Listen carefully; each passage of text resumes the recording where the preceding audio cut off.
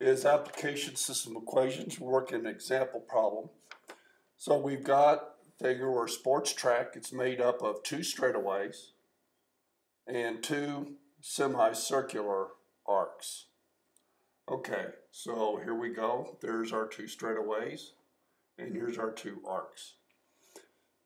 Number one, we want to find the distance around the track if x is 20 and if y is 25. Okay, so the way to do this is to come back in and say, all right, so here I am. I want to run around here. So the first thing I do is I'm going to go 25, I'm going to go y feet.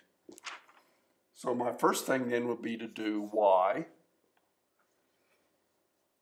And then I'm going to say, this looks a little hard, so I'm going to skip down to here because I know I'm going to go another y, which gives me two y's. So now, the trick is, how do I find this distance? Now, this is circle. Circumference is pi d. Well, we've got d here, but we only have half here, but there's our other half. So all we need to do is come in and say that our circumference then is going to be pi d, which will be 20 pi. So I'm going to have 2 y's plus my pi d. So the equation then is going to come out to be 2y plus pi d, which is going to work out to be 50 plus 20 pi, which is about 112.8 feet. And I actually ended up doing number 2 up here, right? Because you end up with 2y plus pi d. Okay, number 3, find the area enclosed. All right, again, we've got two different pieces. I've got a rectangle, so I know I've got to find a rectangle and a circle. So the area of a rectangle is just length times width. The area of a circle is pi r squared. So let's do number 4 first here then. If we're given this, what I know then is that the area of my rectangle is going to be x times y, so that's the area of the rectangle, plus the area of the circle. Now this is radius, which is half of this, so it's going to be pi times x over 2 squared, because x was my diameter. It's all the way across. Okay, and now all we do is we just plug our numbers in. So my area is going to be 20 times 25, it's area of the rectangle, plus pi times 10 squared, which works out to be approximately 814.2 square feet. All right, so there's 1 through 4. So far this isn't too bad. It's just a matter of looking and breaking it down. And the equations, remember, instead of actually putting numbers in, you put in letters to stand for the numbers.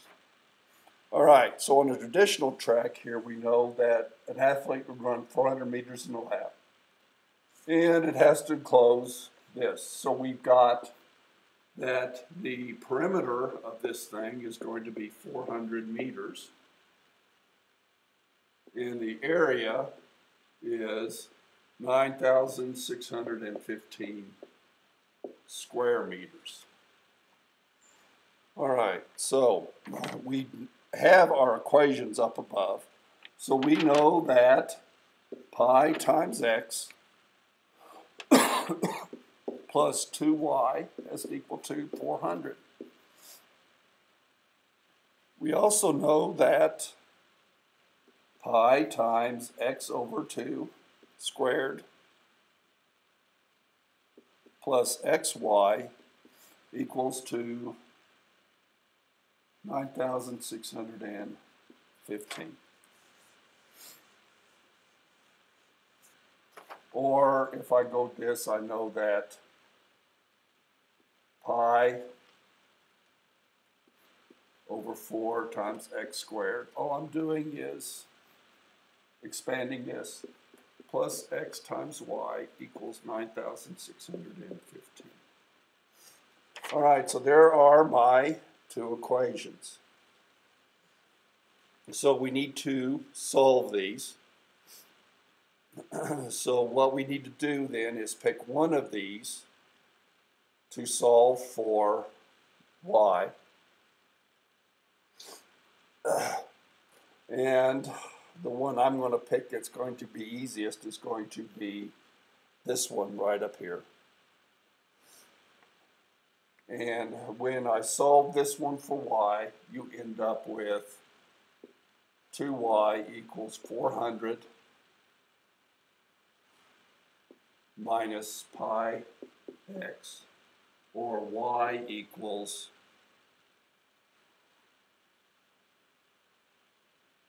400 minus pi x over 2. So I've got y then is going to equal to 400 minus pi x over 2. And then I'm going to substitute this into here, or actually into this guy right here. So I'm going to end up with pi over 4 x squared. Or no, wait. I solved both of these for y. I'll show you why here.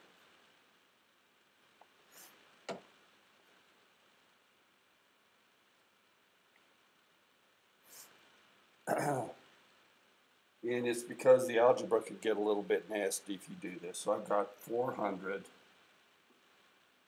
And then I came back in and I solved this one for y. And in order to solve this one for y, what you have to do is first factor an x out of this thing. Or no, let's just come back in. So I'm going to have xy will be equal to 9,615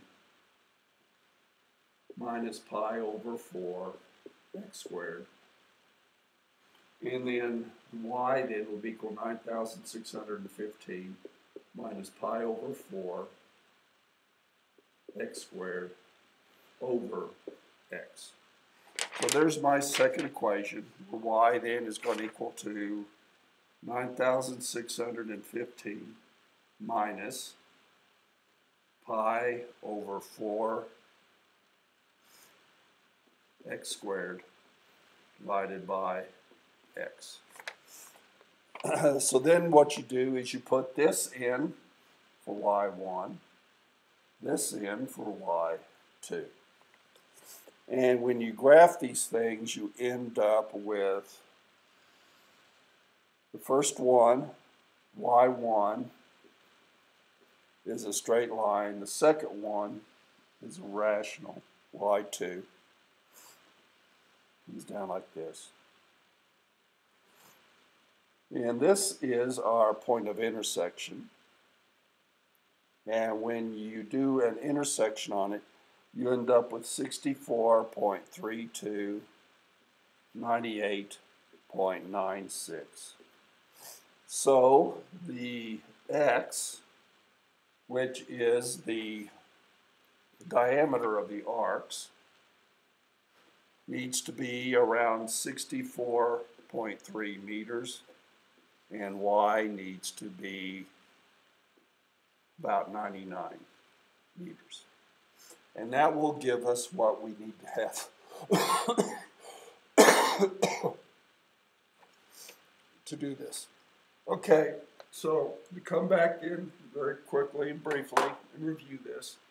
We started out with the picture. We're given some variables. Now remember, these variables will just stand in for numbers. So one way you can do this is to come back in and actually solve for each little piece and add them together. Or you can break it down into these two little pieces, the rectangle and then the circle, with the rectangle put right in the middle of the circles. And then you can write your formula right here, and then plug your numbers in and get what you need to do. So if you're given both perimeter and area, and that's going to be pretty typical, you're going to be given two constraints. Then what you do is either one, in this case I solved both of them for y, set them equal to each other and found my intersection. And that's a nice easy way to do it. You can also use elimination, or you could use substitution depending upon what your systems look like. In this case, elimination would not have been a good choice. Substitution, we might have been able to use it. If we had solved the first one for y and substituted it back in, then we would also have ended up doing it. You just would have ended up solving a quadratic. So what you're going to do are the next two pages where they're going to give you these situations, and you're going to solve for x and y, and where you're given these two constraints, like in this case we had to have both a distance around the track and an area enclosed by the track. And if they give you both of those, your first step is to get expressions or formulas for both area and perimeter or whatever you're given. And then somehow or other that gives you two equations. Then either solve them both for y, or if you can do it, use elimination or substitution to solve for both of your variables. Very similar to what we have been doing.